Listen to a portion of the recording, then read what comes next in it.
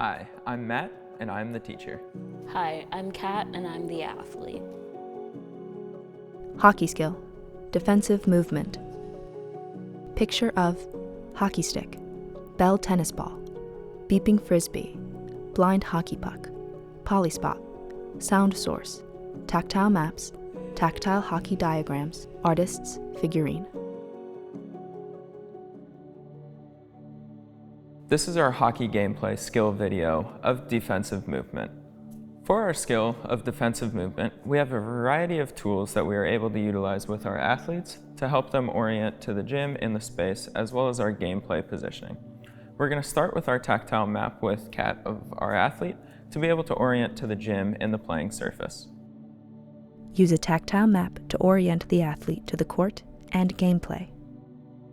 Kat and I are going to explore our diagram together to be able to orient ourselves to our gym and our playing surface.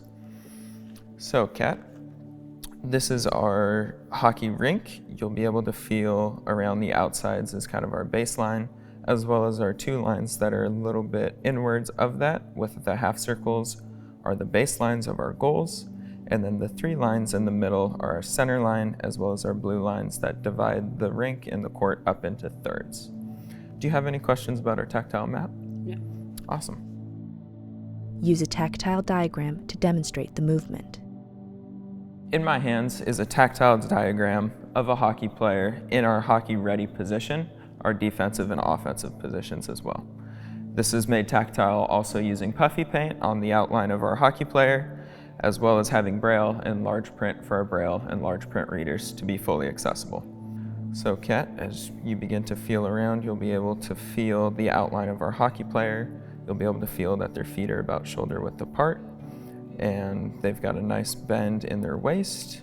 As their waist is bent, their chest is staying up nice and tall and pointed forward. And then their hands are oriented on the stick, with their right hand being towards the middle of the stick and their left hand towards the top of the stick as a right-handed player. We'll set this down and we'll go over some of our other adaptive equipment, including our artist figurine that we'll be able to orient into that gameplay position. So I will hand over our artist figurine to Kat, who will be able to begin to model the artist figurine into our ready position. She can ask questions and work with our instructors to get that artist figurine into our hockey ready position.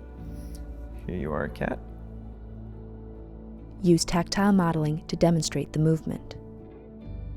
Kat, I've picked up our hockey stick. Would you like to use tactile modeling to be able to feel that hockey defensive position? Yes. Great.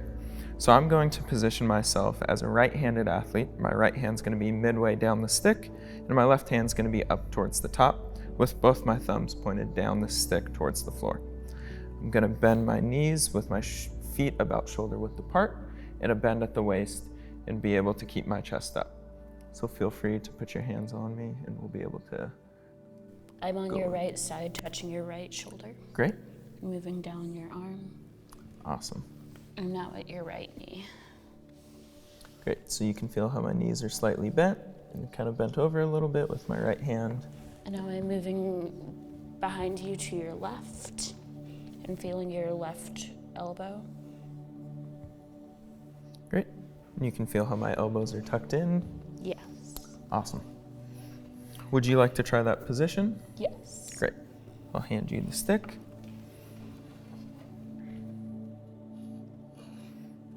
Great.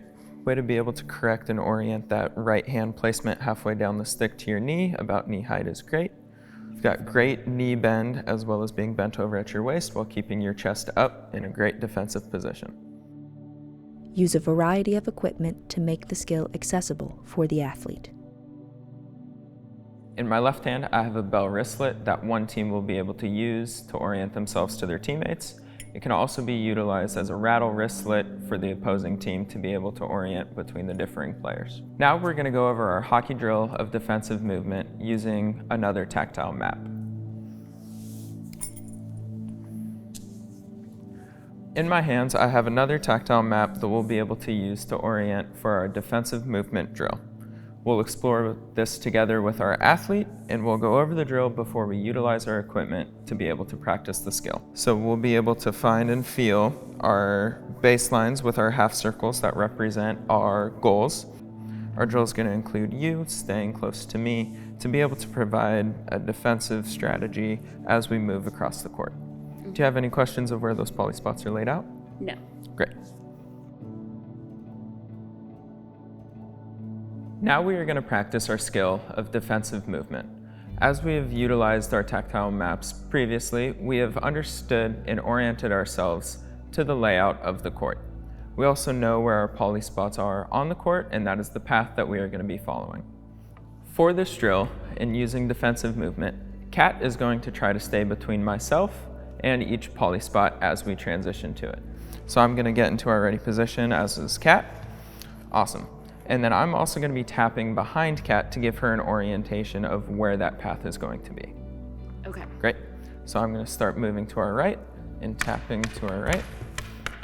And Kat is doing a great job of staying in that hockey ready position, staying nice and low with her chest up and moving backwards. Great. We have made it through our path. Be patient. It may take several attempts for the athlete to progress in the skill. That was our skill of hockey defensive movement. Using adaptive equipment and utilizing good communication, hockey can be accessible to all athletes. For more, visit the Sports Adaptations page at www.nwaba.org. Thank you for watching. Slide of NWABA logo.